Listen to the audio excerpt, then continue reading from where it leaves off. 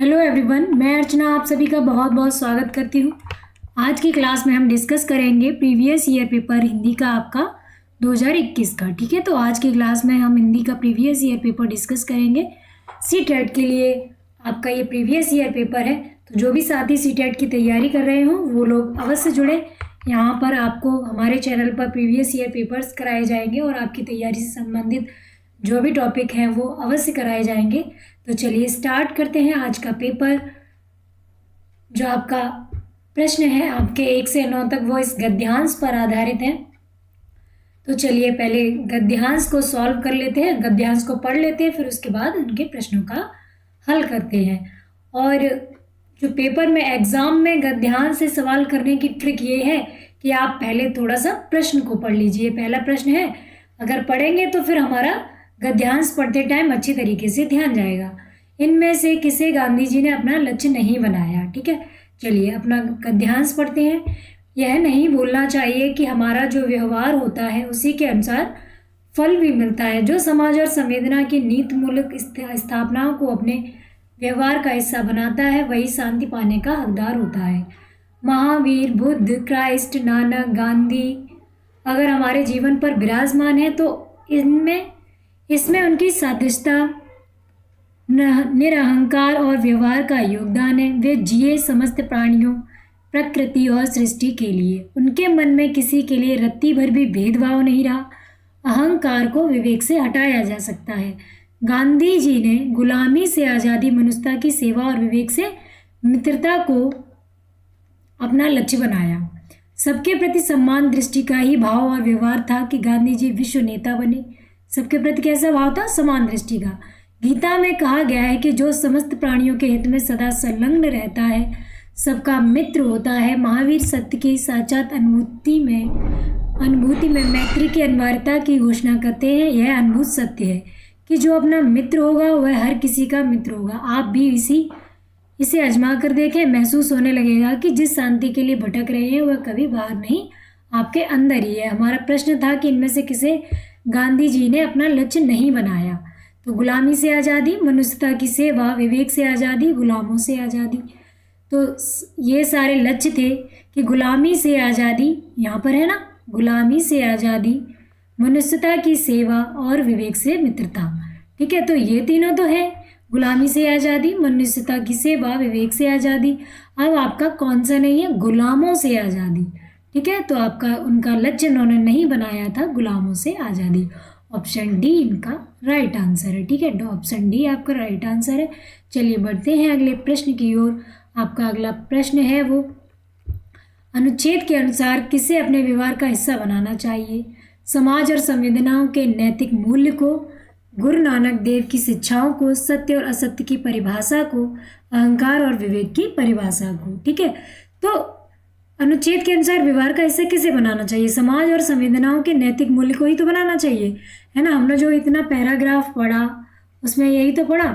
ठीक है, जो समाज की संवेदनाएं हैं और नीति मूलक स्थापनाएं हैं, इन्हों को अपना व्यवहार का हिस्सा बनाना चाहिए। साफ साफ हमें यही दिख रहा है पैराग्राफ में, है ना। अगर पैराग्राफ आपने अच्छे से पढ़ा होगा तो आपको एकदम दिखने लगेगा। राइट आंसर है ऑप्शन ए। आपका ऑप्शन ए राइट आंसर है, समाज और संवेदनाओं के नैतिक मूल्य। आगे बढ़ते हैं। गांधी जी विश्व नेता बने क्योंकि उन्होंने सत्याग्रह किया। वे स्वतंत्रता आंदोलन के नेता थे। वे अनुशासन प्रिय थे।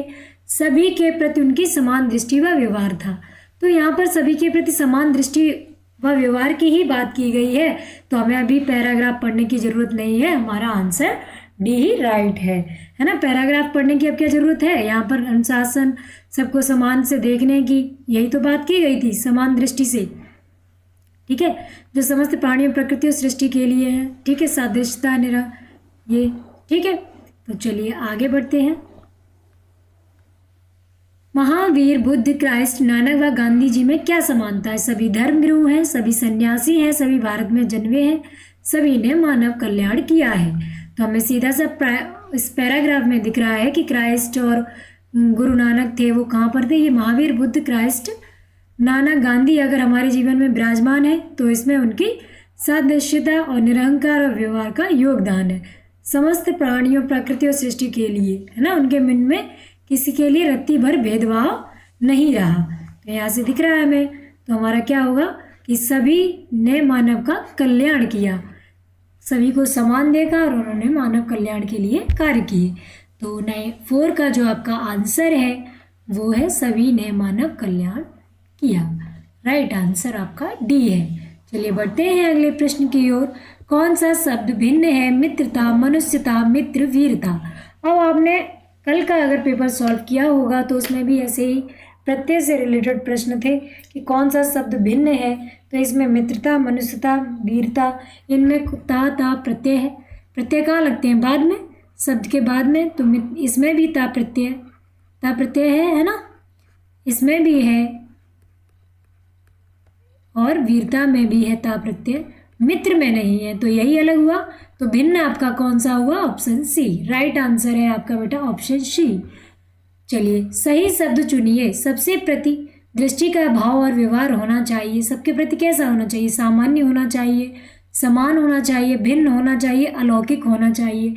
तो हमने इस पैराग्राफ में अभी तक इतना ही पढ़ा है कि सबको हमें समान दृष्टि से देखना चाहिए, है ना, कोई भी बड़ा या छोटा ना हो। तो आपका राइट आंसर क्या है? बी, ऑप्शन बी आपका राइट आंसर है। आप लोग भी साथ के साथ आंसर करते रहिए। अपना पराया में समास है। कौन सा समास है? अगर बेटा दो कोई विलोम शब्द आ जाए, है ना, द्वंद्व समास में क्या होता है? द्वंद्व कि दो आमने सामने चीज़ें होंगी, जैसे माता पिता, और ये अधिकांशतः विलोम ही होते हैं। जब इन्हें इस योजक चिन्ह को हटाया जाता है तो बीच में और आ जाता है, तो वहाँ क्या होता है? आपका द्वंद्व समास। द्विग समास में क्या होगा? प्रथम पद संख्यावाची, प्रथम पद संख्यावाची कि प्रथम पद कैसा होगा? संख्यावाची होगा, संख्या से शुरू होगा, जैसे पंचरात्रि या नवरात्रि कह दें, है ना। तो ये किस में आएगा? नवरात्रि। द्विग समास में। तत्पुरुष समास में होता है, इनमें विभक्तियों का लोप होता है। द्वंद्व समास में दो पद होंगे, दोनों पद प्रधान होंगे। अव्ययी भाव समास में प्रथम पद अव्यय होगा, जो कभी अव्यय क्या मतलब? बदले ना कभी, है ना। प्रथम पद अव्यय किसमें? समास में। समास का अर्थ क्या होता है? संक्षेप। समास का अर्थ होता है संक्षेप, ठीक है। तो अव्यय इसमें कौन सा आपका राइट आंसर है? आपका द्वंद्व समास आपका राइट आंसर है सी। ठीक है बेटा, आगे बढ़ते हैं अगले प्रश्न की ओर। हमें किसके अनुसार फल मिलता है? समाज के अनुसार, व्यवहार के अनुसार, बुद्धि के अनुसार या वंश के अनुसार। तो इस पैराग्राफ में आपने पढ़ा होगा किसके अनुसार मिलता है? किसके अनुसार मिलता है? समाज के, व्यवहार के, बुद्धि या वंश। तो हमने पैराग्राफ में पढ़ा था कि व्यवहार के अनुसार मिलता है। अब क्या पैराग्राफ में वापस जाने की जरूरत है? सभी व्यवहार के कारण ही बने, है ना। तो चलिए अपना टिक करते हैं।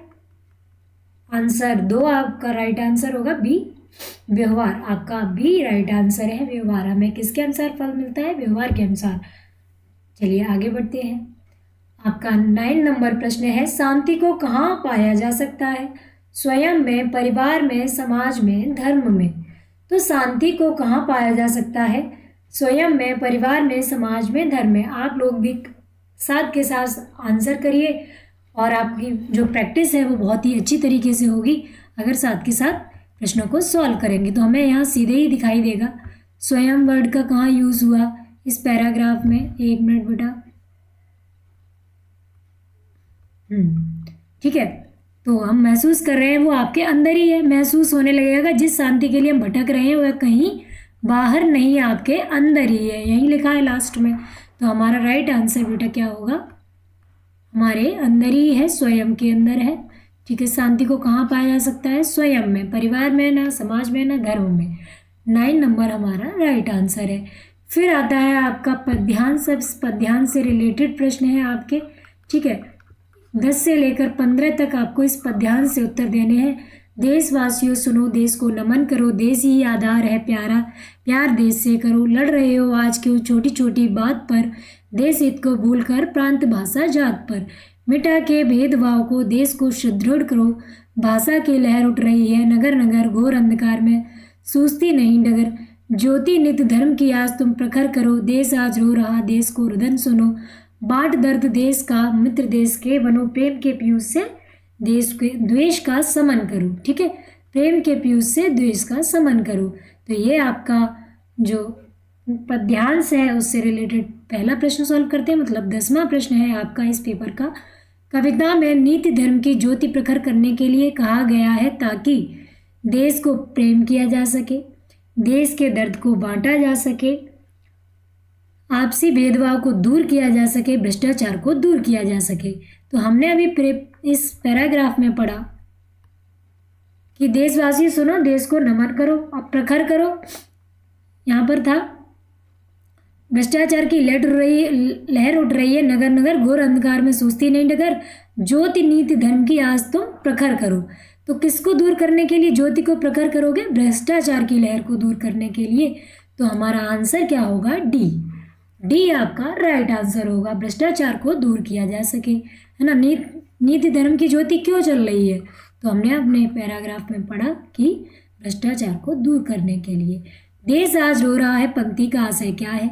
देश में शांति का वातावरण है, देश में अशांति का वातावरण है, देश के नागरिक रो रहे हैं, देश में बाढ़ आई है। तो आपका राइट आंसर क्या होगा? देश आज रो रहा है। तो देश आज रो रहा है तो क्यों रो रहा है? देश आज रो रहा है, देश का रुदन सुनो, बांट दे दर्द देश का, मित्र देश के बनो। तो देश में क्या छाई है? अशांति है ना। तभी तो अशांति होगी, तभी देश रोएगा। तो देश में अशांति का वातावरण है। बी आपका राइट आंसर है। द्वेष का शमन किया जा सकता है प्रेम द्वारा, नीति द्वारा, धर्म द्वारा, शासन द्वारा। द्वेष का शमन करो, ये लास्ट में हमने लाइन पढ़ी हुई थी। द्वेष का शमन करो, देश आज रो रहा, देश का रुदन सुनो, बांट देश दर्द देश का, मित्र देश के बनो, प्रेम के पीयूष से द्वेष का शमन करो। अब तो किससे करना है? प्रेम से, ठीक है। तो यहाँ पर आपका राइट आंसर क्या होगा? प्रेम द्वारा, ना ही नीति द्वारा, धर्म द्वारा, शासन द्वारा, बल्कि प्रेम द्वारा। ए आपका राइट आंसर है। चलिए बढ़ते हैं। पीयूष का विलोम शब्द है, पीयूष का विलोम, पीयूष का अर्थ क्या होता है? पीयूष का अर्थ होता है बेटा, पीयूष का आपका क्या अर्थ होता है? पीयूष का आपका अर्थ होता है अमृत, ठीक है। अब अमृत का विलोम क्या होगा? विष। तो विलोम पीयूष का आपको बताना है, तो क्या है आपका? डी, विष, ठीक है। विष आपका राइट आंसर है। 13 का जो आपका राइट आंसर है बेटा वो विष है, पीयूष का विलोम विष। भ्रष्टाचार का संधि विच्छेद है भ्रष्टा प्लस चार, भ्रष्ट प्लस चार, भ्रष्ट प्लस आचार और भ्रष्ट प्लस आचार। तो आचार तो नहीं होगा, भ्रष्टा प्लस चार नहीं होगा, भ्रष्ट प्लस चार नहीं होगा, आपका राइट आंसर होगा सी, भ्रष्ट प्लस आचार, ठीक है। भ्रष्ट प्लस आचार आपकी कौन सी संधि है? इसमें आप संधि का नाम बताएं। आप लोग भी साथ के साथ आंसर करते रहें बेटा। तो इसमें अ प्लस अ, तो अकह सा वर्ड है, दीर्घ समान वर्ड आए तो यहाँ पर कौन सी संधि होगी आपकी? दीर्घ संधि, ठीक है। तो दीर्घ संधि है भ्रष्टाचार में, ये आपका राइट आंसर है सी। चलिए बढ़ते हैं अगले प्रश्न की ओर। कविता के अनुसार देश को सुदृढ़ किया जा सकता है देश के हित को भुलाकर, समस्त भेदभाव को दूर करके, देश को नमन करके, देशभक्ति के गीत गाकर। तो जो कविता है उसके अनुसार देश को सुदृढ़ किया जा सकता है। कब किया जा सकता है? देश के हित को भूलकर, समस्त भेदभावों को दूर करके, देश को नमन करके, देशभक्ति के गीत गाकर। तो किससे करेंगे? आपका राइट आंसर है 2, समस्त भेदभावों को दूर करके, ठीक है। तो आपका ये राइट आंसर है, समस्त भेदभावों को दूर करके। चलिए अब हमारे पैराग्राफ से रिलेटेड प्रश्न खत्म हो गए, अब आते हैं अपने प्रश्नों पर, ठीक है। चलिए आपका प्रश्न है, नीचे दिए गए प्रश्नों के लिए सबसे उचित विकल्प का चयन कीजिए। कक्षा 1 में लिखना से प्रारंभ होता है, अक्षर लिखने से, चित्र बनाने से, वाक्य बनाने से या शुरू से। तो कक्षा 1 में जब बच्चा लिखता है तो क्या वो अक्षर सीधे बनाने लगता है? नहीं बनाता। वाक्य बनाने लगता? नहीं। शुरू से तो कोई आंसर ही नहीं है। वो क्या करता है? चित्र बनाता है ना।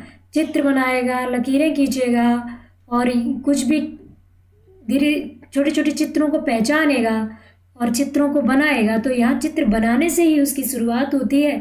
ये प्रश्न आपका 2019 वाले पेपर में भी आया है और 2021 वाले में भी, है ना।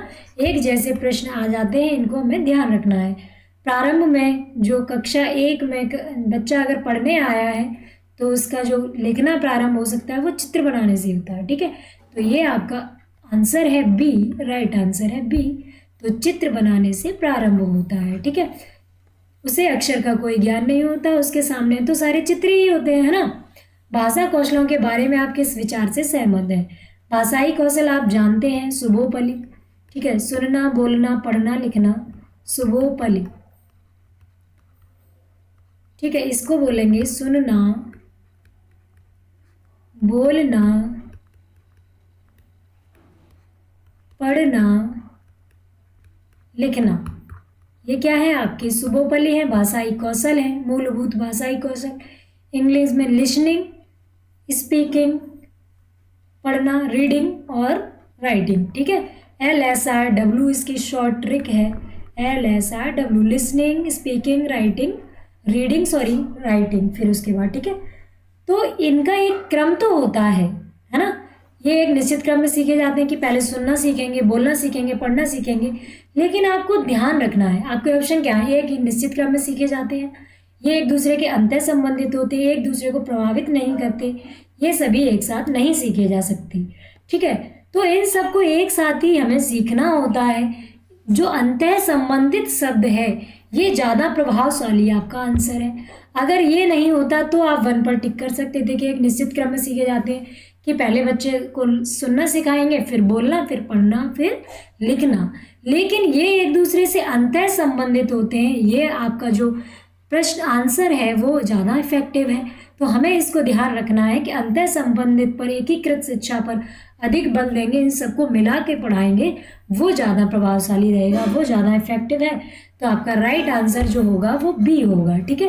तो ये भाषाई कौशल है आपके, भाषाई कौशल मूलभूत, इनको हम याद रखेंगे, ठीक है। भाषाई कौशल है LSRW, listening, speaking, reading, writing. चलिए आगे बढ़ते हैं। पाठ्य पुस्तकों में रचनाएं एक वातावरण निर्मित करती हैं। अगर आप अभ्यास प्रश्न उन्हें उनसे गहराई से और व्यापक, और अभ्यास प्रश्न उन्हें उनसे गहराई से और व्यापक अनुभव स्तर का मौका देते हैं। इसमें आपको चुनना है, इसमें कौन सा ऑप्शन सही होगा। परखने, जुड़ने, तादात्म्य, जानने, जूझने, जुड़ने, परखने, जूझने, तादात्म्य, जानने, परखने, जुड़ने, इसमें से क्या आपका राइट आंसर होगा।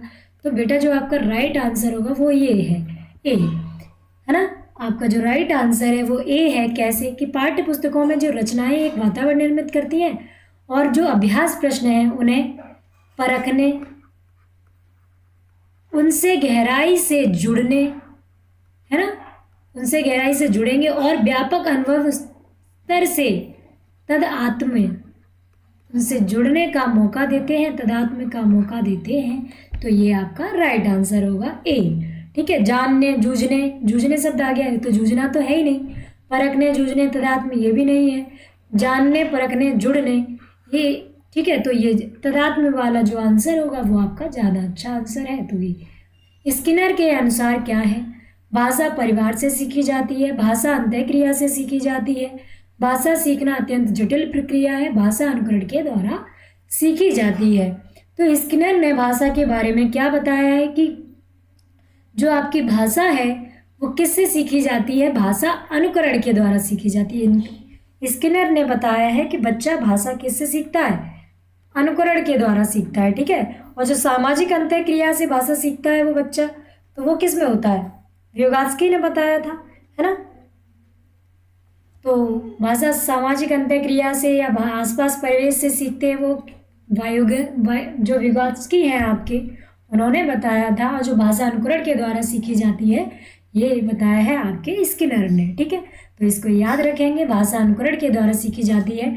अनुकरण मतलब किसी की नकल करके। अब जैसे आपके हमारे यहाँ मतलब बच्चे जन्म लेते हैं अपने एनवायरनमेंट में तो वैसी भाषा बोलेंगे। अगर हिंदी भाषी क्षेत्र में जन्म लिया है तो वैसी बोलेंगे, पंजाबी फैमिली में जन्म लिया है तो पंजाबी बोलेंगे, है ना। अगर इंग्लैंड में है तो ये अगर वो अंग्रेजी बोल रहे हैं तो अंग्रेजी, या कहीं की भी जो जैसी भाषा होती है तो बच्चे वो धीरे धीरे वहाँ की जैसी भाषा का अनुकरण करके सीख जाते हैं, है ना।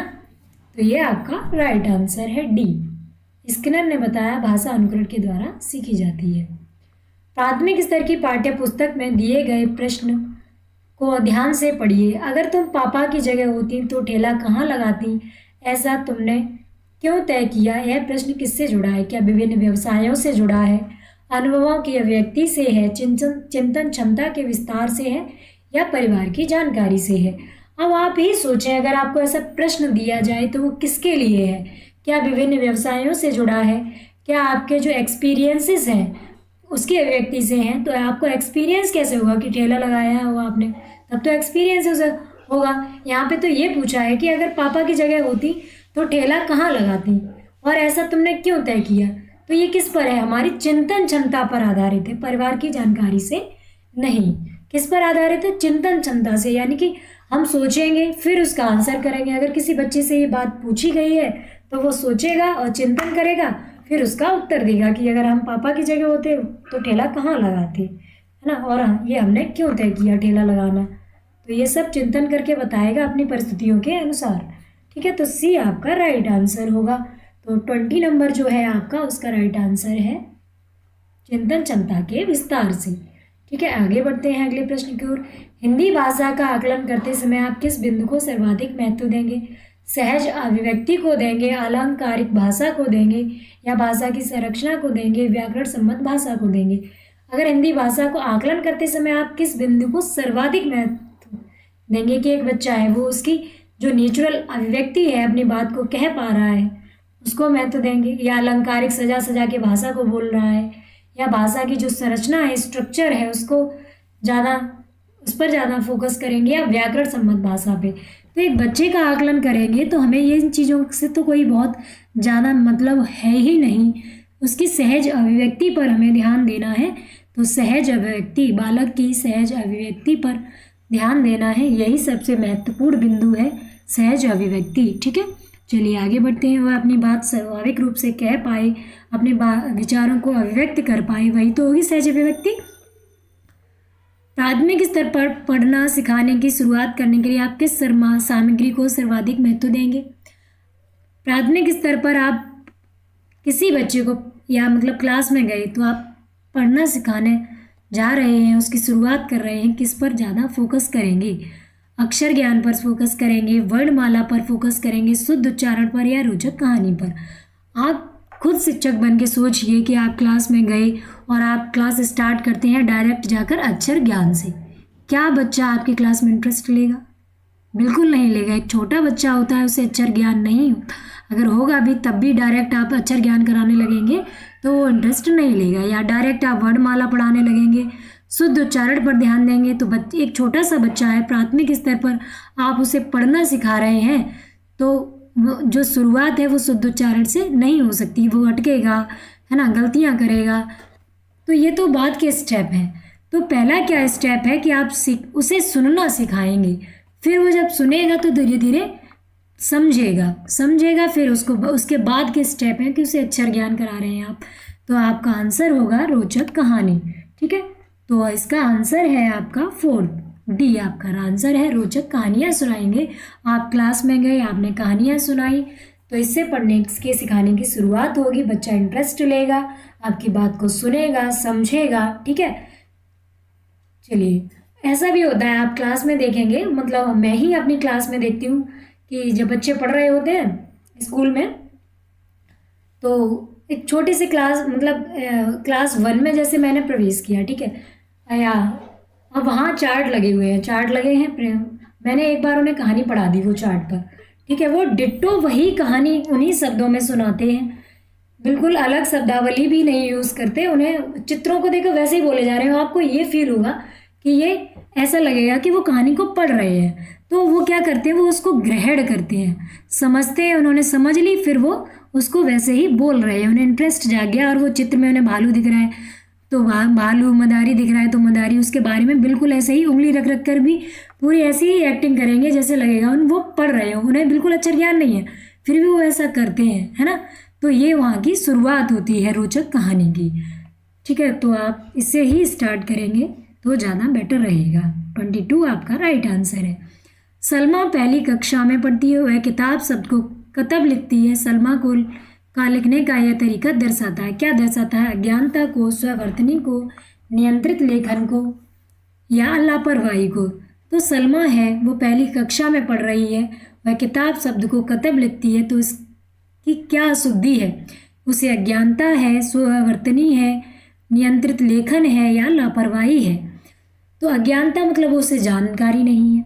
स्ववर्तनी यानी कि अपनी भाषा में लिख रही है, यानी कि उसकी अपनी जो लिखने का तरीका उससे लिख रही है। नियंत्रित लेखन में लिख रही है या लापरवाही में, तो नहीं, वो कतब लिख रही है, यह उसकी स्ववर्तनी है। ठीक है, वर्तनी का मतलब है वो वर्डों को अपने हिसाब से लिख रही है। ठीक है, तो ये राइट आंसर इसका होगा आपका बी।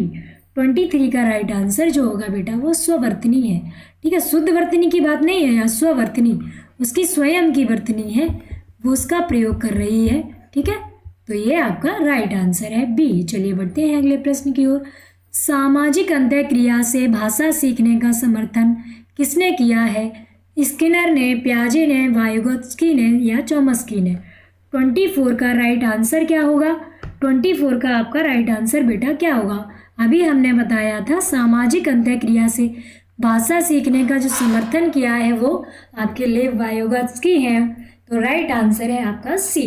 जो वाइगोत्स्की हैं उन्होंने बताया है कि जो बच्चा है वो सामाजिक अंतःक्रिया करके सीखता है, अपने परिवेश से सीखता है, अपने बड़ों से सीखता है, तभी भाषा को सीखता है।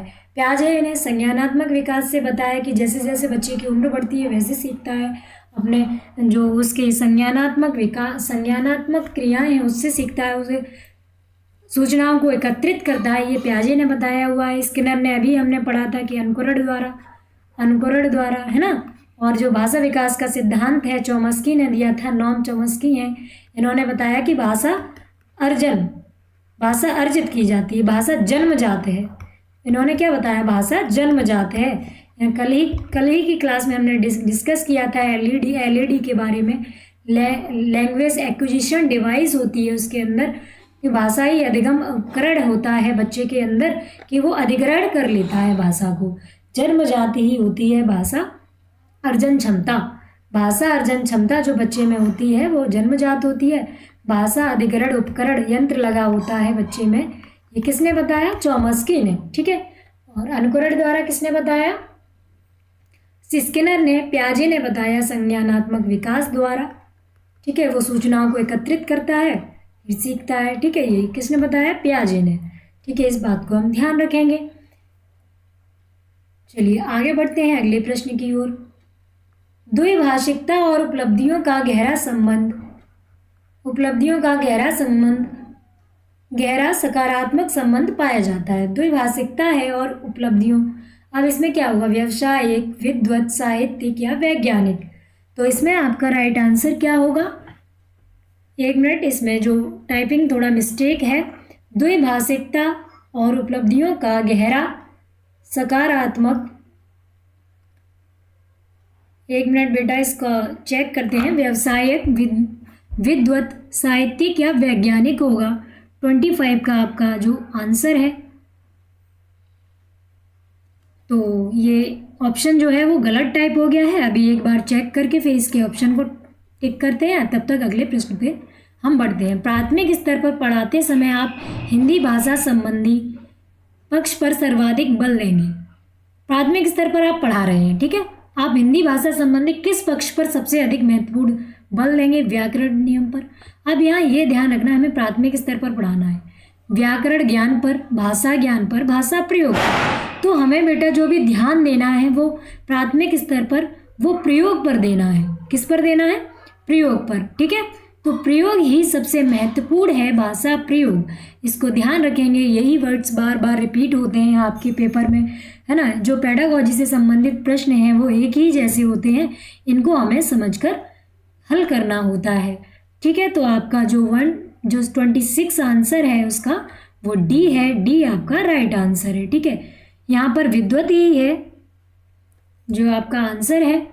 द्विभाषिकता और विद्वत उपलब्धियों का गहरा सकारात्मक संबंध पाया जाता है। जो उससे उद्धत उपलब्धियां हैं उसका सकारात्मक संबंध पाया जाता है। ये आपका राइट आंसर है बी। ठीक है, चलिए आगे बढ़ते हैं। मौखिक भाषा का आकलन पर सर्वाधिक बल देता है। उच्चारणगत शुद्धता पर बल देगा, विचारों की क्रमबद्धता पर, धारा प्रवाह की तीव्रता पर, या संस्कृतनिष्ठ शब्दों का प्रयोग करके? संस्कृतनिष्ठ शब्दों का आप प्रयोग करेंगे, किस पर बल देगा? अब आप मौखिक भाषा का आकलन कर रहे हैं, ठीक है, तो उसमें आप किस पर अधिक बल देंगे कि उच्चारणगत शुद्धता पर कि बच्चा अच्छी तरीके से बोल रहा है, या विचारों की क्रमबद्धता पर बल देंगे, या धारा प्रवाह की तीव्रता पर, या संस्कृत निष्ठ शब्दों पर। तो मौखिक प्रवाह है तो उसके विचारों की क्रमबद्धता पर, वो विचार किस तरह बना पा रहा है, वो आपको एक्सप्लेन किस तरीके से कर रहा है, इस पर हम सर्वाधिक बल देंगे, है ना। तो प्राथमिक स्तर पर मौखिक भाषा का आकलन करेंगे, उसमें विचारों की क्रमबद्धता पर ध्यान देंगे सबसे अधिक। ठीक, आपका राइट आंसर है बेटा बी। चलिए बढ़ते हैं अगले प्रश्न की ओर। हम भाषा के माध्यम से और भी करते हैं, सोचते हैं, विचारते हैं, अनुभव करते हैं, महसूस करते हैं, चिंतन विचरण करते हैं, सोचते महसूस करते हैं। 28 आपका प्रश्न है, इसमें आप क्या लगाएंगे? हम भाषा के माध्यम से क्या करते हैं? सोचते हैं और विचार भी करते हैं, अनुभव करते हैं, महसूस करते हैं, चिंतन करते हैं, विचरण करते हैं, सोचते हैं और महसूस करते हैं। तो जो आपका आंसर की में आंसर दिया है वो ये है, सोचते हैं। हम भाषा के माध्यम से सोचते हैं और महसूस करते हैं चीज़ों को। ठीक है, तो ये आपका राइट आंसर ये दिया हुआ है, आपकी जो आंसर की है उसमें 4। ठीक है, चलिए बढ़ते हैं अगले प्रश्न की ओर। हिंदी भाषा सीखने सिखाने का दायरा इतना बड़ा होना चाहिए से उसका नाता ना टूटे। किससे नाता ना टूटे? व्याकरण सीखने से, भाषा के प्रयोग से,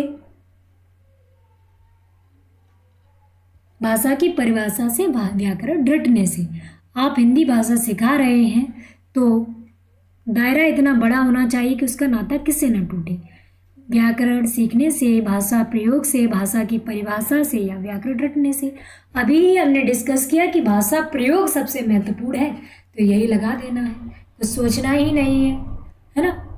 रटने पर बल देंगे नहीं, भाषा की परिभाषा से भी बल नहीं देंगे, व्याकरण सीखने पर प्राथमिक स्तर पर बहुत ज़्यादा काम नहीं है इसका, तो भाषा प्रयोग पर सर्वाधिक बल देंगे। ठीक है, प्राथमिक स्तर पर भाषा सीखने सिखाने में बाल साहित्य मदद करता है, क्योंकि अब देखो 2019 और 2021 में कितनी सिमिलरिटीज़ हैं। आप दोनों पेपरों को सॉल्व करेंगे तो आपको बहुत सारी सिमिलरिटीज़ मिलेंगी इसमें। तो आप लोग प्रीवियस ईयर पेपर अच्छी तरीके से सॉल्व करें तो आपका जो माइंड है इतना डेवलप हो जाएगा प्रश्नों को सॉल्व करते करते कि आपके CTET में बहुत ही अच्छे नंबर आएंगे। तो इस बात पर ध्यान रखें। आप जो भी प्रीवियस ईयर पेपर कर रहे हैं बहुत अच्छी तरीके से सॉल्व करें, साथ के साथ उसका आंसर भी देते रहें। प्राथमिक स्तर पर भाषा सीखने सिखाने में बाल साहित्य मदद करता है, क्योंकि वह सरल होता है, वह रंगीन चित्रों वाला होता है, वह भाषा की रंगतें प्रस्तुत करता है, वह बच्चों के लिए है।